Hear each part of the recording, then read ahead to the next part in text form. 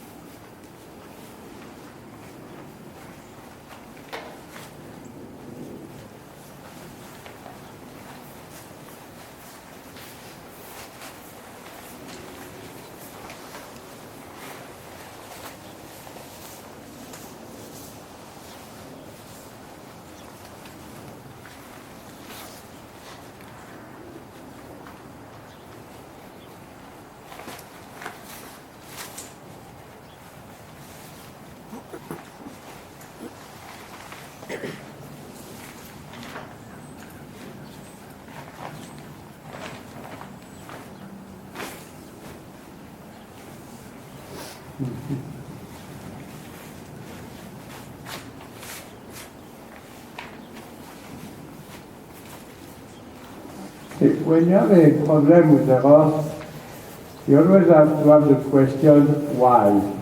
Why they do that? In fact, she push heavily on the bit. Oh, why? Because the back is hollow, and she wants to stay this way. And therefore, the fight you have there is not going to go anywhere. You will never fix the problem by resisting. She will just pull and you resist, and she pull and you resist. You will not go anywhere. So what you need to do is to constantly focus on the back. You start the circle by the outside, and 3-4 times the back was okay, and then the neck was wrong. And then immediately she will the back, extend the thoracic spine, and then push on the bit. Yes, sir?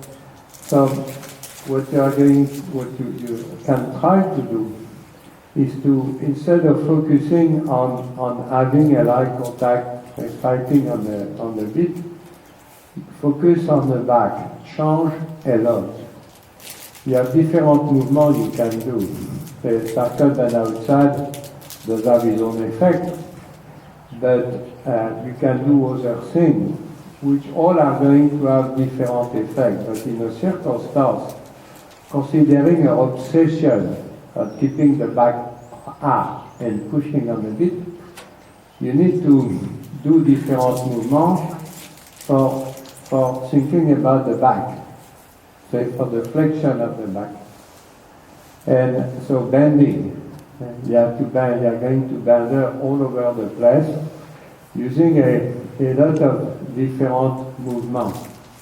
For short periods of time? Like Yeah, for short periods of time? Yeah, as soon as she's going to start to pull, change. Yes, so I'm going to show you different movements you can do. Yes, and then the trick is that if you succeed to make her take conscience that if the back is up, she can be comfortable, she's not going to fight you. Okay? For her, it's a survival story. She has to do that to protect her back. Well, she's wrong, but they don't realize that. They live in the moment. So they think they need to protect their problem. They don't understand that they could work their problem. They protect it. And therefore, she wants to keep the back hollow because she's used to do that. And she wants to keep it this way. And she's wrong, but that's what she thinks is right. Okay? And therefore, if you fight that, if you tell her, no, you are wrong, she tells you, no, I am right. And you go nowhere. I say you fight each other, you go nowhere. The only hope is to make her realize, well, I'm comfortable there. You see? There are three parts of the brain who monitor the body: cerebellum, Oliver nucleus, basal nucleus. Therefore, every time she's going to feel the back wrong and comfortable. You have a chance then, those parts of the brain who monitor the body register, oh, that's easy. You see? And then they might be interested to do it again.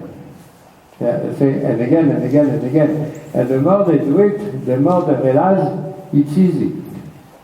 You see? So it's the only hope. The fighters for obedience, they protect themselves, and they do it for their entire life. At the contrary, if you succeed to change the dialogue, then I'm going to show you comfort, physical comfort. You see? Then she probably will open up. You see? She's obviously strong-willed, very stubborn, but you cannot fight that. You are going. Find a way to work with her. Yeah, with her. Yeah. Not in front of Yeah. So the solution is to do that. Thank you. The solution is to change a lot. One solution. And then it is possible that as you change a lot, she's going to observe, because every time she's right, she's wrong, she feels good.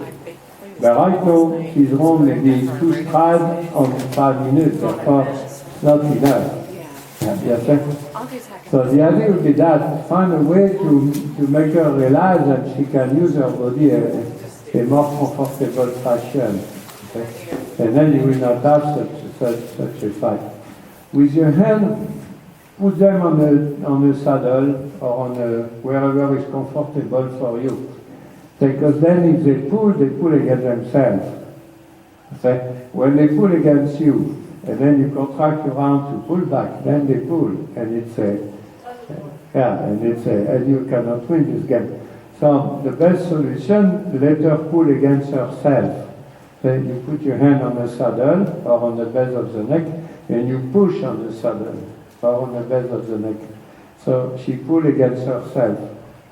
That's less tendency to make her respond. If she pull, you pull back, she pull back, you pull back, she pull back, and this does become an obsession. Okay? We are going to try different things. We are going to do the circle bend outside, not so much bend on the neck, okay, the neck more straight, and do it relatively small to start with. Okay? So make the circle follow a very small, the forelegs follow a very small circle. After a few strides, where you put the bend out, the croup out, therefore, for example, circle left, bend right, then you bend left. You change the bend. Okay? And then you do either a very small circle left, either a small pirouette, a large pirouette. So therefore you ask her to push the haunches left and turn the shoulder like that. Okay? And then as soon as she's going to pull, from this bend left, you go on circle bend outside. Like that. And then as soon as she pulls, you change the bend. And you do a large pirouette right. Okay? And then as soon as she pulls, circle bend outside. It's like moving the shoulder, this way or this way. You change the bend. Okay? I don't say it's going to work. I want to see how she reacts. Okay. And then according to the way she reacts, we might add different movements. So the idea is that we are going to change all the time. Every time she starts to pull, change the bend. Okay? So it's going to become difficult for her to pull on. And then the second advantage is that bend, bend is a rotation, so when they bend, they rotate the dorsal spine, and rotation is a lift. So, because the sternum. Okay? So every time you change the bend, you create a lift, which is what she fights. therefore, we have a chance then we put her in her brain. If you lift the base if you lift the back, you don't have to pull. You become comfortable. So she pulled because she's hollow. Hollow, she hurt, she's uncomfortable, she pulled. So if we put her comfortable, it is possible that she change her mind. So, and it's the only way, because if you try to fight that, you will spend your life to fight the horse. Double bride will something you should think later on. That's not a bad solution. The decarpentrinage and the double bride will help you. Yeah, that's something you might think about. We are going to see how she reacts on that. The double bride is a very good tool. The problem, they should not pull on it. So the double bride is not a system to control a horse who pulls.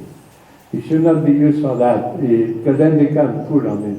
And when they pull on the chain, they numb because the chain and the bit put pressure on the tongue, and then they numb, and then they become completely, they don't feel anything. So the double bride can be bad, like everything. But in another hand, if you don't pull as a rider, it gives you some tool, especially if you put the jaw out, which she does. That's why I talk about the double bride, because she put the jaw out and she pushed like that. And then she does it both ways. That in snaffle, you have a hard time to control that.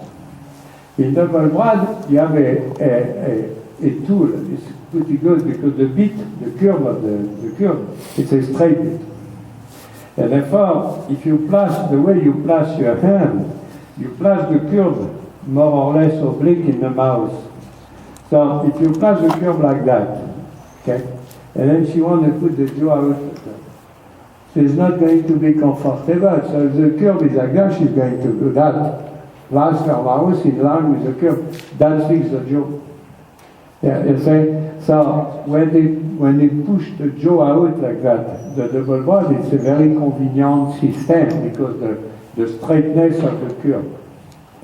But the pulling could make it bad. We're going to see how she reacts to that, because she does that. There she pulls, she locks the jaw. She puts the jaw out. That's the way she pulls. And therefore, if you create flexion of the jaw, that might resolve the problem. So, the flexion of the jaw cannot be done with the hand. It's always a combination between the position of your hand and the movement of the body. So, circle band outside is the best option because that's where you have a better control of the jaw. But the circle band outside is like everything. You have good effect, bad effect. The good effect, lift up the base of the neck. The side effect, not necessarily lift up the back. Because very little band, and it's mostly the extrinsic muscles of the foreleg. The pirouette, circle band, large pirouette, that creates the band of the thoracic spine. The side effect, not too much effect on the flexion of the jaw. Therefore, you anticipate that after, if you stride, she will figure that it's time to lock the jaw. Then circle band outside. You see? So we are going to start with those two. And then we are going to see how she reacts. And that will tell us we need to do it differently or we need to add different movements. But the basic idea is that don't start a fight, don't spend your life fighting the beat. You will go nowhere. Go on the source of the problem, which is the back. Make her lift her back. And then consequently, when the back will be up, she will not need to do this pushing on the beat. And then the double bar might become an interesting tool.